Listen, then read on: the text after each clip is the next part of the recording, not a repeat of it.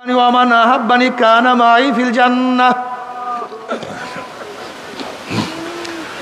নবীর মহাব্বত সাহাবাদের মধ্যে কত সুন্দর ছিল, কত মারাত্মক তাদের মহাব্বত ছিল নবীর। হযরত আফরার দুই সন্তান মুআজ রাদিয়াল্লাহু আনহুমাকে তার মা দুইজনকে নিয়ে আসছেন, বলছে ইয়া নবী আল্লাহ, ইয়া রাসূলুল্লাহ, মক্কার মধ্যে আবু জাহেল আপনাকে অনেক কষ্ট দিছে, আমার সন্তানদেরকে নিয়ে যান মক্কার মধ্যে যারা কষ্ট হচ্ছে তাদের বিরুদ্ধে যুদ্ধ করার জন্য। নবী আলাইহিস সালাতু ওয়াস সালাম বলে, তো ছোট বাচ্চা, এরা তো যুদ্ধ করতে পারবে না।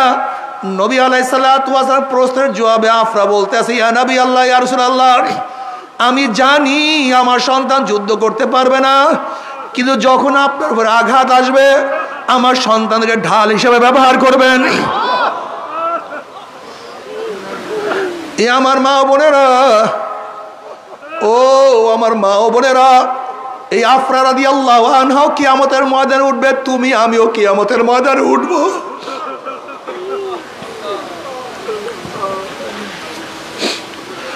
নবী আলাইহিস সালাতু ওয়াস সালাম বললেন, তোমাদের মধ্যে যে বড় আমি তাকে নিব, যে ছোট আমি তাকে নেব না। এবার ছোট ভাই বড় ভাইকে বলছে, ভাইয়া আমরা যখন পাশে দাঁড়াবো তুমি একটু নিচু হইয়া দাঁড়াবা, আমি একটু পায়ের উপরে ভর দিয়া দাঁড়াবো, যেন আমাদের দুজনকে সমান দেখা যায়। নবী আলাইহিস সালাতু ওয়াস সালাম তার অবস্থা দেখেন, মিঠুর মুঠুর হাসতে আছেন। যখনই দাঁড়াইছে দেখো দুজন সমান, এখন কাকে বাদ দিবে কাকে নিবে? এবার নবী আলাইহিস সালাতু পরীক্ষা করে, তোমাদের মধ্যে যার শক্তি বেশি আমি তাকে নেব, যার শক্তি কম আমি তাকে নেব না। এবার ছোট ভাই বলছে, ভাইয়া যদি তুমি আমাকে হারাইয়া দাও আমি যুদ্ধের নেয়ামত থেকে মাহরুম হয়ে যাব, বরং একবার তুমি আমাকে হারাবা আর একবার আমি তোমাকে হারাবো। যখন সমান হয়ে যাব নবী আলাইহিস সালাতু ওয়াস সালাম আমাদের কাউকে রাখিয়া যাইতে পারবে না। এবার একবার ছোট ভাইকে হারাইছে, আর একবার ছোট ভাই বড় ভাইকে হারাইয়া দিছে। এবার দুজন যুদ্ধের ময়দানে রওনা করছে। আব্দুর রহমান আউফ রাদিয়াল্লাহু ফরমান, আমি দেখি আমার দুই পাশে দুইটা ছোট বাচ্চা, আমি ভাবতেছিলাম দুইটা ছোট বাচ্চা না হইয়া যদি বড় যোদ্ধা হইতো আমার জন্য কতই উপকার হইতো, কতই না ফায়দা হইতো। আমি এই চিন্তা করতেছিলাম, হঠাৎ পাশের থেকে ওই ছোট দুইটা বাচ্চা আমাকে বলে, চাচা আবু জেহেল কোথায়? বলে, আবু জেহেল দিয়া তোমরা কি করবা? তখন বাচ্চা দুইটা বলতে আছে, আবু জেহেল আমার নবী আলাইহিস সালাতু ওয়াস সালামকে মক্কায় বহুত কষ্ট দিছে, আমার নবী সেজদার মধ্যে পড়ছে, তার মাথার উপরে উঠে পচা নারী বুড়ি চাপাইয়া দিছে, আমার নবীকে শিয়াবে আবু তালেবের মধ্যে 3 বছর অবরুদ্ধ অবস্থায় রাখছে, আমার নবীকে দেশ ছাড়িয়া হিজরত করতে বাধ্য করছে, আমার নবীকে এত কষ্ট দিয়ে সেই প্রতিশোধ নেওয়ার জন্য আমরা মক্কায় ময়দানে চলে আসছি। আব্দুর রহমান আউফ রাদিয়াল্লাহু ফরমান, এই কথাবার্তা বলতে আসি, এর মধ্যে দেখলাম আবু জাহেল নেতৃত্ব দিতে আছে। আমি ওই বাচ্চাদেরকে বললাম, ওই যে দেখো উঁচা ঘোড়ার উপরে পাগড়ি পরা আবু জাহেল নেতৃত্ব দিয়ে আছে, ওইটাই হলো আবু জাহাল। হযরত আব্দুর রহমান আউফ রাদিয়াল্লাহু ফরমান, আমি এই বলার সাথে সাথে দেখলাম আমার দুই দিক থেকে দুইটা বাচ্চা বাজ পাখির মতো আবু জাহেল উপর আক্রমণ করছে। একজন ভাই পায়ের উপর আক্রমণ করছে, কেউ ঘোড়ার উপর আক্রমণ করছে, আবু জাহেল তাদের উপর আক্রমণ করছে।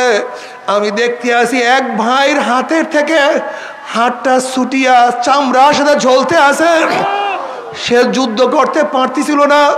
হঠাৎ আমি দেখলাম যার হাত চামড়ার সাথে লাগা, সে হাতটাকে পায়ের নিচে নিয়ে একটা ঝটকা টান মারিয়া তার হাতটাকে সিরিয়া ফালাইয়া দিছে। বাবা রে, এরাও কিয়ামতের ময়দানে উঠবে, তুমি আমিও কিয়ামতের ময়দানে উঠবো।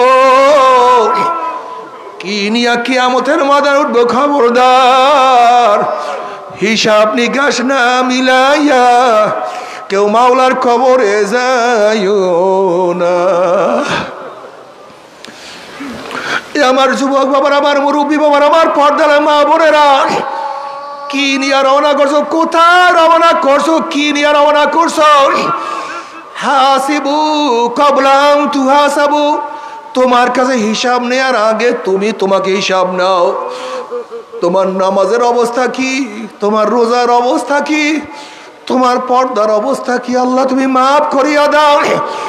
আল্লাহ খবরদার খবরদার, তওবা না করিয়া মাওলার কবরে যাইও না।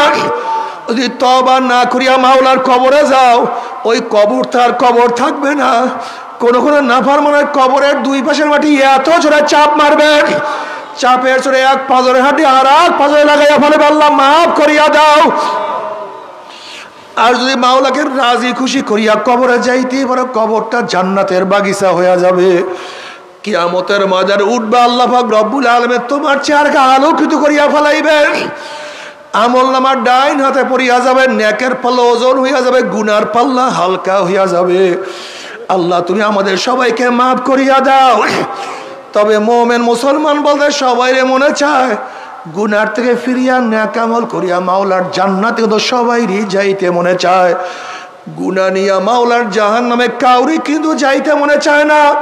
কিন্তু কেনই বা আমরা নেক আমল করতে পারি না, কেনই বা গুনার কাম ছাড়তে পারি না? এর মূল কারণ হলো আপনার এবং আমার পিছনে নফস এবং শয়তান লাগিয়া রয়েছে। এই নফস এবং শয়তান থেকে বাঁচার জন্য যে কোনো একজন হক্কানি আল্লাহর ওলির হাতে হাত দিতে হবে রে বাবা। খবরদার, বর্তমান জমানায় পীর মুরিদের নামে ভেজাল, ব্যবসা, দলাদলি, হিংসা, হাসাদে পরিণত হয়ে গেছে। সমস্ত আল্লাহর ওলির একমত যে এই পীরের 5 জন মুরিদের মধ্যে কম পক্ষে 3 জনকে দেখবা আলহামদুলিল্লাহ সুন্নাত মুআফিক আমল আখলাক মজবুত হইয়া যাইতে আছে, গুনার কাম ছাড়তে আছে, নেকের আমল ধরতে আছে, কলম নরম হইয়া চোখে পানি আসতে আছে। এরকম একজন হক্কানি আল্লাহর ওলির সাথে হাতে হাত দিয়া তার কথা অনুযায়ী মাওলার কবরে যাইও।